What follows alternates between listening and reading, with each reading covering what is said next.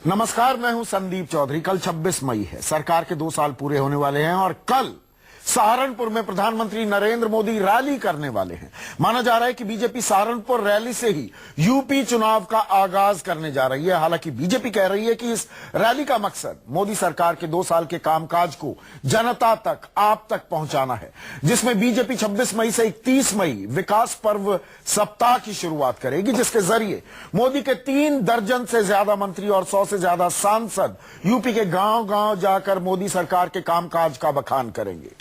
अब असम की जीत से बीजेपी भले ही उत्साहित है, लेकिन यह भी सच है कि बिहार में मोदी का मैजिक, मोदी का जादू फेल हो गया था, चला नहीं था। ऐसे में बीजेपी का यह दांव यूपी में कितना काम करेगा कहना मुश्किल है। लेकिन इसी से जुड़े हैं कुछ आज के हमारे सवाल। ध्रुवीकरण के लिए सहारनपुर से बीजेपी फूकेगी चुनावी बिगुल? केंद्र में 2 साल का काम दिखाकर यूपी क्या जीत लेंगे मोदी? और बिहार की तरह विपक्ष यूपी में क्या रोक पाएगा मोदी का रथ? इन तमाम सवालों के जवाब तलाशूंगा। कुछ खास मेहमान मेरे साथ जुड़ चुके हैं, लेकिन पहले नजर इस रिपोर्ट पर। असम में पहली बार कमल खिलाने के बाद पूरी बीजेपी अब यूपी में कमल खिलाने के लिए बेकरार है। इसका अंदाजा प्रधानमंत्री नरेंद्र मोदी की सहारनपुर रैली और कार्यक्रम की तैयारी से लगाया जा रहा है। खबर है कि बीजेपी सहारनपुर रैली से यूपी चुनाव प्रचार का आगाज करने जा रही है, जिसके जरिए केंद्र सरकार के 2 साल के कामकाज को यूपी की जनता तक पहुंचाने के लिए एक बड़ा खाका तैयार किया गया है। 26 मई से 31 मई तक विकास पर्व सप्ताह मनाया जाएगा। 10 जून तक पूरे यूपी में मोदी के साथ 46 मंत्री उतरेंगे। उत्तर प्रदेश के 39 शहरों में मोदी के मंत्री कामकाज का बखान करेंगे। 31 मई तक मंडल और 7 जून तक जिला इकाइयों का गठन होगा। विकास पर्व सप्ताह में सांसद ब्लॉक स्तर पर जन चौपाल करेंगे। 15 जून के बाद जिलों में जिला स्तरीय प्रशिक्षण कार्यक्रम होगा। पूरे यूपी में कम से कम 100 सांसद विकास का रिपोर्ट कार्ड देंगे। खबर है कि बीजेपी अध्यक्ष अमित शाह और गृह मंत्री राजनाथ सिंह भी यूपी में 6 रैलियां करेंगे। बीजेपी मोदी सरकार के 2 साल के कामकाज का बखान करने के लिए पश्चिमी उत्तर प्रदेश के सहारनपुर से आगे बढ़ रही है। ये किसी से छिपा नहीं है कि लोकसभा चुनाव में पश्चिम उत्तर प्रदेश से ही ध्रुवीकरण की चिंगारी निकली थी, जिसका फायदा लोकसभा चुनाव में सीधे बीजेपी को मिला भी। ऐसे में सवाल उठ रहा है, क्या ध्रुवीकरण के लिए ही सहारनपुर से बीजेपी फूंक रही है चुनावी बिगुल? सहारनपुर क्यों? 1 नंबर लोकसभा है, विधानसभा लोकसभा नंबर 1 है, उत्तर प्रदेश के सांसद हैं और उन्होंने सहारनपुर चुना, मुझे इसकी खुशी भी है। भारतीय जनता पार्टी पश्चिमी उत्तर प्रदेश में ध्रुवीकरण की वजह से सहारनपुर को अपना एक गढ़ बनाना चाहती है। हालांकि यहाँ पर सिर्फ एक विधानसभा सीट उसकी है और इसी तरह पूर्वी उत्तर प्रदेश में जातिगत समीकरण साधने के लिए वो वहां पर भी अंतराल के बाद एक बार पश्चिमी उत्तर प्रदेश और एक बार पूर्वी उत्तर प्रदेश में अपने कार्यक्रम करेगी। मोदी की रैली के लिए सहारनपुर को चुनने के सवाल पर बीजेपी भले ही गोल मटोल जवाब दे, लेकिन सच ये है कि बीजेपी के लिए यूपी की राह असम की तरह आसान नहीं। बीजेपी ने असम में सर्बानंद सोनोवाल के चेहरे पर दांव खेला था, जबकि बीजेपी के लिए मुश्किल ये है कि यूपी में बीजेपी अब तक कोई चेहरा नहीं ढूंढ पाई। ऐसे में सवाल ये, क्या इसलिए बीजेपी मोदी सरकार के कामकाज को बड़ा मुद्दा बना रही है? दोनों पार्टियां एक व्यक्ति की या एक परिवार की पार्टी है। हमारी पार्टी में लोकतंत्र है और हमारी पार्टी में ये निर्णय हमारा सेंट्रल पार्लियामेंट बोर्ड करता है। तो ये निर्णय जब भी सेंट्रल पार्लियामेंट बोर्ड करेगा, उत्तर प्रदेश की जन पार्टी उसको स्वीकार करेगी। भारतीय जनता पार्टी वहीं पर जीत रही है जहां पर कांग्रेस है, शासन में रही है। कांग्रेस से लड़ाई में भारतीय जनता पार्टी जीत रही है, लेकिन जो रीजनल फोर्सेज है, जैसे आपने ममता को देखा या तमिलनाडु में देखा या दूसरी जगहों पर, या केजरीवाल को देखा या लालू और नीतीश को देखा, तो वहां भारतीय जनता पार्टी इन रीजनल फोर्सेज का कोई मुकाबला नहीं करने जा रही। उसी तरह से उत्तर प्रदेश में 2 बड़ी regional forces, Bahujan Samaj party और समाजवादी पार्टी के रूप में बहुत ताकतवर पार्टियां हैं। यहां पर भारतीय जनता पार्टी का असली इम्तिहान होगा। ये किसी से छिपा नहीं कि बीजेपी ने बिहार चुनाव में मोदी के ही नाम पर चुनाव लड़ा और विपक्ष की रणनीति के सामने बीजेपी को करारी शिकस्त खानी पड़ी। ये भी सच है कि बिहार की तरह यूपी में विपक्ष मोदी सरकार के खिलाफ एकजुट नहीं, लेकिन यहाँ पर जात की सियासत करने वाले अखिलेश और मायावती जैसे दिग्गजों से बीजेपी की टक्कर है। अब यूपी चुनाव में बीजेपी मोदी सरकार के कामकाज को एजेंडा बनाकर उतर रही है। ऐसे में सवाल है, क्या बिहार की तरह विपक्ष यूपी में रोक पाएगा मोदी का रथ? राजीव रंजन, सहारनपुर, न्यूज 24। और चर्चा करने के लिए मेरे साथ बीजेपी के राष्ट्रीय प्रवक्ता डॉक्टर संबित पात्रा, कांग्रेस के प्रवक्ता राजीव त्यागी, बीएसपी के वरिष्ठ नेता सुधींद्र भदौरिया, समाजवादी पार्टी के असीम वकार और विश्व हिंदू परिषद के प्रवक्ता विजय शंकर तिवारी मेरे साथ जुड़ चुके हैं। संवित, 2 साल का जश्न मना रहे हैं, कल 26 मई है, सहारनपुर क्यों? देखिए, 2 साल का जश्न नहीं मना रहे हैं, 2 साल के डेवलपमेंट के एजेंडा को जनता तक पहुंचा रहे हैं और डेवलपमेंट के एजेंडा के साथ आगे की राजनीति करें, इसी उम्मीद के साथ हम सहारनपुर को चुन रहे हैं। जैसा कि आपने अभी कहा, मैंने देखा आपके रिपोर्टर ने खुद उत्तर प्रदेश के अध्यक्ष से पूछा, बीजेपी के अध्यक्ष से, कि आपने सहारनपुर क्यों चुना, तो उन्होंने कहा इसलिए क्योंकि लिस्ट में भी सहारनपुर लोकसभा सीट नंबर 1 है। ये गले उतर जाएगी लोगों के बाद। नहीं चुनते, कोई और सीट भी नहीं उतरने दीजिए, कोई बात नहीं उतरने दीजिए। सहारनपुर को आप एक ऐसा शहर क्यों मान रहे हैं जिसको अछूत माना जाए? नहीं, मैं अछूत की बात ही नहीं कर रहा हूं। सहारनपुर में प्रधानमंत्री ना जाए, फिर सहारनपुर की मुजफ्फरनगर से दूरी कितनी है? सहारनपुर की मुजफ्फरनगर से दूरी कितनी है? हमने 2013 से वहां पर जो होता देखा, ध्रुवीकरण होता देखा। विरोधी आप पर आरोप यही तो लगा रहे हैं कि ध्रुवीकरण की राजनीति करना चाह रहे हैं। आपने डेवलपमेंट की बात की, डेवलपमेंट की तो बात करेंगे, लेकिन संदेश ध्रुवीकरण का दिया जा रहा। नहीं, देखिए, आपने कहा कि मुजफ्फरनगर से कितनी दूरी है सहारनपुर का। देखिए, मुजफ्फरनगर से कितनी भी दूरी हो सकती है, तो इसका अर्थ ये नहीं होता है कि मुजफ्फरनगर या मुजफ्फरनगर के आसपास के जितने भी लोकसभा कॉन्स्टिट्यूएंसी हैं उनमें प्रधानमंत्री जाएंगे नहीं, वहां डेवलपमेंट का काम होगा नहीं, वहां किसी प्रकार का भाषण होगा नहीं। वो अछूते शहर नहीं है। दूसरी बात है, मुजफ्फरनगर में जो सुप्रीम कोर्ट का वर्डिक्ट आया था, उसमें तो डायरेक्टली सुप्रीम कोर्ट ने फेलियर ऑफ दोनों सरकार, समाजवादी सरकार और उस समय जो तत्कालीन यूपीए की सरकार थी, इंटेलिजेंस के लिए फायदा, चुनावी फायदा आपको हुआ, कानून के लिए समाजवादी पार्टी की सरकार को क्यों? नहीं, चुनावी फायदा हमें कैसे हुआ? समाजवादी पार्टी की गलती हो, कांग्रेस की गलती हो, कैसे हुआ? बताता हूं ना कैसे हुआ। मेरठ आप जीते, मुजफ्फरनगर आप जीते बागपत, आप जीते कैराना, आप जीते गाजियाबाद। कैसे फायदा नहीं हुआ? पश्चिमी उत्तर प्रदेश में कब ऐसा परफॉर्मेंस हुआ था बीजेपी का? बता दीजिए मुझे। देखिए संदीप जी, मैं इस बात को बिल्कुल नहीं मानता हूं कि हिंदुस्तान की जनता दंगों के आधार पर पार्टियों को जिताती या हराती है। देखिए, आप राजनीतिक पार्टियों पर आक्षेप कर सकते हैं, हम दोनों लड़ भी सकते हैं, कांग्रेस और हम एक दूसरे पर आक्षेप प्रत्याक्षेप कर सकते हैं, और यह कहना कि जनता दंगों के आधार पर वोटिंग करती है, मैं तो कम से कम इस बात को नहीं मतलब आप ध्रुवीकरण को खारिज करते हैं। बिजनौर में जोड़नी भूल गया सीट, पूरे पश्चिम उत्तर प्रदेश में मतलब ध्रुवीकरण नहीं चला, विकास के एजेंडे के आधार पर, अच्छे दिन आने के आधार पर आपने वहां चुनावी जीत हासिल की। आप ये कह रहे हैं, आपके गले उतरती है ये बात? सहारनपुर नंबर 1 कॉन्स्टिट्यूएंसी है, पहला नंबर आता है, तो भाई इसलिए उसको चुन लिया गया। देखिए, संविद मेरे बड़े अच्छे मित्र हैं, लेकिन मेरी बात इनकी गले नहीं उतरती है। देखिए, भारतीय जनता पार्टी की एक शैली है और वो सांप्रदायिक ध्रुवीकरण करती है, इसमें कहीं कोई दो राय नहीं है। कांग्रेस पार्टी मानती है कि जातीय विद्वेष और धार्मिक विद्वेष से प्रदेश का भला नहीं होगा। अच्छा, पिछले 27 साल सहारनपुर की बात कर रहे हैं हम? सुनिए, हाँ, सहारनपुर की बात। सहारनपुर में आपके एमएलए का नाम बताऊं? बिल्कुल। जो अगवानी कर रहे थे राहुल गांधी की, वो किसके हाथ पैर कटवाने की बात कर रहे थे? वो जो बयान था ना उनका, उसको ना तो मैं डिफेंड कर रहा हूँ, और वो निंदनीय था ना? बिल्कुल निंदनीय था ना। हाँ, बिल्कुल निंदनीय था। देखिए, मैं बहुत आपको इससे बात रखता हूँ, लेकिन एक बात कहना चाहूंगा मैं आपको। सवाल ये नहीं है कि मैं किसी से बेहतर करूं, सवाल ये है कि क्या मैं किसी के जीवन के लिए कुछ बेहतर कर पाया?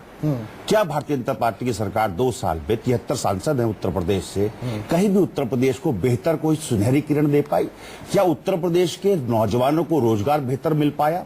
क्या किसानों को उत्तर प्रदेश के सरकार की जिम्मेदारी नहीं, माय डियर फ्रेंड, गन्ने का दाम जो डिक्लेयर करती है, धान का दाम जो डिक्लेयर करती है, गेहूं का दाम जो डिक्लेयर करती है, वो केंद्र सरकार डिक्लेयर करती है, उसमें बोनस देने का काम प्रदेश सरकारें करती है। 2 साल से वो दाम तो बड़े नहीं, पता है आपको? जहां पर रैली हो रही है वहां पर एक गन्ना किसान की जमीन थी, हाँ। उसने अपना सारा गन्ना काट दिया कि पैसे तो मिलेंगे नहीं, बड़े हुए पैसे भी नहीं मिलेंगे, पुराने भी नहीं मिलेंगे। 2800 करोड़। मैं खुद गन्ने का किसान हूँ, मैं खुद किसान परिवार से हूँ। 2800 करोड़ रुपए 2014 के बकाया है। 2014 के 15 की बात नहीं कर रहा हूँ। अभी तक 15 का दिसंबर तक का पेमेंट लोगों को नहीं मिल पाया गन्ने के किसानों को। क्या कहीं भारतीय जनता पार्टी के किसी सांसद ने? तो ये पर्दादारी के चलते ही सहारनपुर को चुना है क्या? ध्रुवीकरण का संदेश चला जाए? देखिए जब दागी मंत्री, दंगे के आरोपी मंत्री, सवाल यह है कि सांप्रदायिकता विषय है या नहीं है, लेकिन मुझे लगता है कि लोगों को सांप्रदायिकता पसंद आती है। लोग बात अगर जिस दिन लोगों को वो कह रहे हैं आप? लोगों को इसलिए कह रहा हूं मैं, देखिए कि कारण ये भारतीय जनता पार्टी सांप्रदायिक ध्रुवीकरण करती है। ये तो ना देखिए क्या देश में अच्छे दिन आ पाए? ये आपकी खिसियाहट तो नहीं? नहीं, बिल्कुल नहीं। ये आपकी खिसियाहट दिख रही है। आप जनता जनार्दन के विवेक पर सवाल उठा रहे हैं। देखिए, जनता जनार्दन ने मोदी सरकार को चुना, किस लिए चुना था? विकास के लिए चुना था। तो जब आपको चुनते थे तब सांप्रदायिक थे क्या? देखिए माय डियर सर, हमारे को 1984 में जो प्रचंड बहुमत मिला वो सांप्रदायिकता की बिना पर मिला क्या? सन 47 में देश क्या था और सन 2014 में कांग्रेस ने देश में क्या छोड़ा, ये एक विषय है कि देश क्या चौथे नंबर की इकोनॉमी था या नहीं। आप बहुत प्रोवोकेटिव स्टेटमेंट दे रहे हैं यहाँ पर। असीम वकार, आपका कमेंट चाहूंगा। यहाँ पर राजीव त्यागी कह रहे हैं कि लोगों को सांप्रदायिकता पसंद है, इसीलिए बीजेपी पसंद है। सेंटेंस मैं कह रहा हूँ, लास्ट सेंटेंस सुन लीजिए। समाजवादी पार्टी और Bharatiya Janata party hand in glove है। ये मैं इसीलिए असीम वकार से सवाल पूछ रहा हूं। भी देखा मैंने इसीलिए असीम वकार से आजमगढ़ लोगों को सांप्रदायिकता पसंद है। आपकी नूरात पर तो मैं आऊंगा। यहाँ पर राजीव त्यागी कह रहे हैं लोगों को सांप्रदायिकता पसंद है, इसलिए बीजेपी पसंद आ गई। अच्छे दिन पे वोट करेंगे, महंगाई पे वोट करेंगे, किसानों के दाम पे वोट करेंगे, अपनी भारतीय जनता पार्टी को वोट ही नहीं करेंगे। और हम लोग शुरू से इस बात को कहते चले आ रहे हैं। राजीव त्यागी जी शांत हो तो मैं बोलूं, मैं तो किसी के लिए बोलता नहीं, मैं बीच में नहीं बोलूं। देखिए, कांग्रेस की अपनी यही मानसिकता है। कांग्रेस की अपनी यही मानसिकता आजादी के बाद से सामने चली आ रही है। पहली सरकार बनाने के बाद से लेकर आज तक कांग्रेस ने पूरे तौर पर सांप्रदायिकता के एजेंडे को आगे बढ़ाया है और कांग्रेस की ही देन है देश में ये आरएसएस और भारतीय जनता पार्टी जैसी और जो बीजेपी बजरंग दल हो या संघ परिवार के दल। मैं एक मिनट, असीम वकार, आपसे मैं एक सवाल पूछना चाहूंगा। लगातार 2 दिन से, लगातार 1 मिनट सुनिए, लगातार 2 दिन से नेशनल मीडिया तस्वीरें दिखा रहा है। शौर्य प्रशिक्षण शिविर चलाए जा रहे हैं बजरंग दल द्वारा, 4 दिन और वहां पर 1 मिनट रुकिए ना, 1 मिनट रुकिए, और वहां पर आतंकियों को, जो आतंकी हैं उनको टोपी पहने दिखाया गया है। 1 मिनट, आपके मुख्यमंत्री चुप क्यों हैं? चुप्पी क्यों साधे बैठे हैं? आप समाजवादी पार्टी का स्टैंड क्या है इन शौर्य प्रशिक्षण को लेकर, ये बता दीजिए। तो आप बयान ले लीजिए या कार्रवाई करवा लीजिए। अच्छा, मैंने आपसे कहा ना, या तो आप बयान ले लीजिए सिर्फ भारतीय जनता पार्टी के प्रधानमंत्री की तरह से कि सिर्फ जबान हिलाते हैं बाकी कुछ नहीं हिलाते हैं, और या फिर आप कार्रवाई करवा लीजिए। हमारे मुख्यमंत्री ने तो कार्रवाई कर दी है, बाकी तो पूरे भारतवर्ष में आज तक इनके खिलाफ कार्रवाई नहीं की किसी ने। कांग्रेस के जमाने में भी इन्हीं ने इस तरह से पूरे देश में अपने कैंप लगाए थे और इन्हीं ने इस तरह से प्रशिक्षण की शुरुआत की थी, आतंकवादी प्रशिक्षण की। कांग्रेस की किस सरकार ने कार्रवाई की है? अकेले हम हैं। समाजवादी मुझे ये बताइए, खुली छूट दे रखी है क्या आपने बजरंग दल को? जब दबाव बनता है, जब तस्वीरें दिखाई जाती हैं, मुख्यमंत्री कुछ बोलने को तैयार नहीं, आपके बड़े नेता कुछ बोलने को तैयार नहीं। अब हमें यह बताया जाता है, ये लॉलीपॉप खिलाया जा रहा है कि हाँ FIR दर्ज कर दी। जो संकेत जाना था, संदेश जाना था, वो तो वकार भाई चला गया ना, या बयान चाहिए? वो तो चला गया ना। सख्त कार्रवाई की बात आप क्यों नहीं करते? कोई इस तरह के शौर्य प्रशिक्षण शिविर कैसे चला लेगा? ये भी संदेश जा रहा है। हाँ, ये शौर्य परीक्षा कोई शिविर नहीं चलाने दिया जाएगा। 1 मिनट, प्रदेश में इसका ये शौर्य प्रशिक्षण नहीं, ये शौर्य परीक्षण कर रहे हैं आप दरअसल। संदीप जी, आप शब्दावली से खेल लीजिए, उससे कोई फर्क नहीं पड़ता है। वर्षों से, और कितने वर्षों से, जब से बजरंग दल की स्थापना हुई है तब से इस प्रकार के बजरंग दल के कितने लोग फौज में हैं? अरे कितने लोग फौज में हैं? गिनती नहीं होगी। कितने? गिनती नहीं होगी। कितने? आप पहले अगर बता दीजिए, आप बता दीजिए। आप अगर मैं ये आंकड़े आपसे निवेदन के साथ मांग रहा हूं। अगर मेरे आने से पहले आप मुझसे ये कहते हैं कि आप सूची लेकर के आइए, और आपके इन शिविरों से ट्रेन होकर, एनसीसी से ट्रेन होकर नहीं, वो फौज में जाते हैं। एनसीसी की ट्रेनिंग पूरे देश में लागू कर दीजिए, इसकी जरूरत नहीं पड़ेगी, और एनसीसी की ट्रेनिंग रोजगार देगी लोगों को। आप मेरे से प्रश्न पूछा है आपने, तो प्रश्न का उत्तर सुनिए पहले। जिस बजरंग दल पर हम प्रश्न उठा रहे हैं, उस बजरंग दल की कार्य पद्धति को पहले समझना जरूरी है। उस बजरंग आतंकियों को टोपी पहने दिखाएंगे वहां पर। देखो, दुनिया में आतंकवाद का एक चेहरा दुनिया के लोगों से पूछिए और वृत्त चित्र बनाने के लिए कहिए, तो वही चेहरा उभर के आएगा। तो ध्रुवीकरण कर रहे हैं ना आप, यही तो काम कर रहे हैं आप। जी संदीप जी, अयोध्या में जब आतंकी हमला हुआ था, वही टोपी पहन कर गए थे। राजीव गांधी की हत्या किसी मुसलमान ने की है क्या? इंदिरा गांधी जी की हत्या किसी आतंकवाद का मुसलमान ने चेहरा, किया? आप एक चीज, आप मुझे ये बताइए, लिट्टे एक खुकार आतंकवादी संगठन है? बिल्कुल। लिट्टे कौन सा धर्म अपनाता कहाँ है? है? अब नहीं, कहाँ है? लिट्टे जब था, जब लिट्टे जब था, तो वही दिखा लिट्टे जब था, हम नॉर्थ ईस्ट में जितने नक्सलवादी कौन है? नक्सलवादी कौन है? आज दुनिया में नॉर्थ ईस्ट में आतंकवादी घटना कौन कर रहा? आज दुनिया में आप धर्म के चश्मे से क्यों देखते हैं? ये जानबूझकर कर रहे हैं क्या? आज दुनिया में ना वो भूरा होता है, ना हरा होता है, ना भगवा होता है, ना लाल होता है, ना पीला होता है। आज दुनिया में आतंकवाद का चेहरा अगर ऑस्ट्रेलिया पूछिए, फ्रांस से पूछिए, आप जर्मनी से पूछिए, अमेरिका से पूछिए, एक ही चित्र बन जाता है। उसी वर्ग को क्यों टारगेट किया जाता है? हम अकेले वो डाइवर्स कल्चर नहीं है, भारत की तरह नहीं है। हमारा 5000 साल पुराना एक अतीत है। दुनिया में आप अमेरिका से हमारी तुलना कर रहे हैं, हमारी सभ्यता की, हमारी परंपरा की। दुनिया में आतंकवाद का एक ही चेहरा है और उसी चेहरों के लिए एक ही चेहरा है, एक ही चेहरा है, एक ही चेहरा है। लिखते क्या था, एक ही चेहरा। नॉर्थ ईस्ट में क्या हो रहा है, नक्सलवादी क्या होते हैं, पंजाब में क्या हुआ था? हम जहाँ पर इस प्रकार की जो भी घटनाएं होती हैं, पंजाब में जो हुआ था, अगर मोसाद जो जिस तरह की आतंकी हरकतों को अंजाम देता है, आप एक प्रश्न करेंगे उसका उत्तर ले लीजिए। हाँ, अगर 25 आप तो कह रहे हैं एक ही चेहरा है, आज तो मतलब आप धर्म के, आप धर्म का चश्मा लगाकर आतंकवाद क्यों देखते हैं? सुधींद्र भदौरिया, हमें तो यही बताया गया, सुधींद्र भदौरिया, हमें तो यही बताया गया। एक मिनट राजीव त्यागी, एक मिनट, सुधींद्र भदौरिया, हमें तो यही बताया गया। दुनिया मानती है, सब लोग मानते हैं कि आतंकवाद का कोई धर्म नहीं होता। यहां विजय शंकर तिवारी कह रहे हैं नहीं, आतंकवाद का एक ही धर्म है। सीधा ताल ठोक कर कह रहे हैं ये।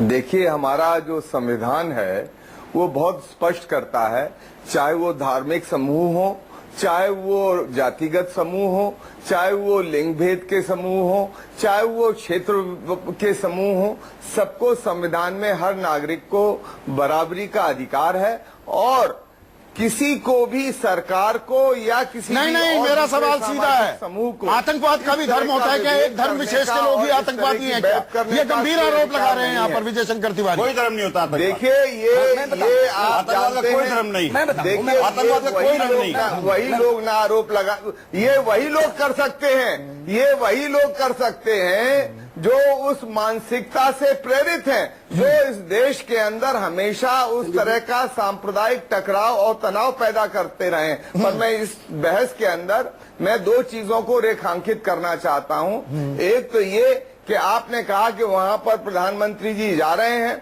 और क्या उत्तर प्रदेश के चुनाव के संदर्भ में आपने जो विश्लेषण संक्षेप में प्रस्तुत किया उसके बारे में भी कुछ कहना चाहूंगा। मैं ये कहना चाहता हूं कि प्रधानमंत्री जी को वहां की जनता कसौटी पर रखेगी कि उन्होंने जो वादे किए थे काले धन के, 15 लाख रुपए हर नागरिक के खाते में लाने का, उसमें 15 रुपया नहीं आया। किसान आत्महत्या हजारों की संख्या में, आप बुंदेलखंड से लेके पश्चिमी उत्तर प्रदेश और पूर्वांचल में चले जाइए, गन्ना किसान हो या धान पैदा करने वाले किसान हो या अन्य किसान हो, उनकी आपको संख्या मिल जाएगी। यानी कि जो विकास की बात संबित पात्रा कर रहे हैं, विकास की कसौटी पर कसा जाएगा। प्रधानमंत्री को पैदा करेंगे। राजीव रंजन मेरे सहयोगी सहारनपुर में ही मौजूद हैं, जिस जगह ये रैली की जाने वाली है कल। इसीलिए सुधींद्र जी, मैं एक बार राजीव से पूछ लूं। देखिए, मैं संजीव जी, मैं 2 मिनट नहीं, मैं 1 सेकंड में मैं समाप्त कर रहा हूं। पर इसीलिए ये उत्तर प्रदेश में जहां एक तरफ गुंडा राज और जंगल राज है अखिलेश यादव और मुलायम सिंह जी का, दूसरी तरफ दंगा राज है भारतीय जनता पार्टी का, इसके बीच में बहन मायावती जी का एकमात्र चेहरा है जिस वो अभी आने वाला वक्त बता देगा। वो चुनावी चाह रही है, वो चुनावी तकरीर करेंगे। लेकिन राजीव रंजन, मुझे ये बताइए, विकास सर्वोपरि है या ध्रुवीकरण पर निगाहें हैं? सहारनपुर क्यों चुना गया 2 साल का जश्न मनाने के लिए? राजीव। देखिए सर, संदीप अगर भारतीय जनता पार्टी वालों से बात करेंगे तो वो एक बहुत ही ऐसा तर्क देते हैं कि उत्तर प्रदेश की विधानसभा में जो 1 नंबर की सीट है वो यहाँ की बेहट विधानसभा सीट है, तो 1 नंबर से वो चुनाव अभियान का श्री गणेश करते हैं या मिशन यूपी की शुरुआत करते हैं, इसलिए सहारनपुर को चुना है। नितिन गडकरी जब पार्टी अध्यक्ष थे तो उन्होंने भी ये किया था। लेकिन ये इतना साधारण सा सवाल नहीं है और साधारण सा जवाब नहीं है। दरअसल क्या है कि आपको मालूम है पश्चिमी उत्तर प्रदेश में भारतीय जनता पार्टी का चेहरा कौन है? संगीत सोम, संजीव बालियान, ये यहाँ के चेहरे हैं। हाँ। और इधर अगर आपको याद होगा 2014 में सहारनपुर का जो एक प्रत्याशी थे, उनका एक वीडियो वायरल हुआ था जिससे बहुत ज्यादा ध्रुवीकरण हुआ था। मुजफ्फरनगर का दंगा था, वो सारी चीजें यहीं पर हैं। अगर आप आंकड़े देखेंगे तो भारतीय अखिलेश लहर में भी आधे विधायक इधर ही के 9 जिलों से आए थे। तो भारतीय जनता पार्टी को साफ तौर पर लगता है कि पश्चिमी उत्तर प्रदेश एक ऐसा इलाका है जिसमें ध्रुवीकरण के आधार पर यानी कि ध्रुवीकरण पर कहीं ना कहीं निगाहें टिकी हैं। लेकिन एक और सवाल मैं उठाने जा रहा हूं, एक छोटा सा ब्रेक लेना होगा मुझे राजीव। और सवाल यह कि केंद्र में 2 साल का काम दिखाकर, जिसकी ओर साफ इशारा कर रहे हैं संबित पात्रा, यूपी जीत लेंगे मोदी। ब्रेक के बाद चर्चा जारी।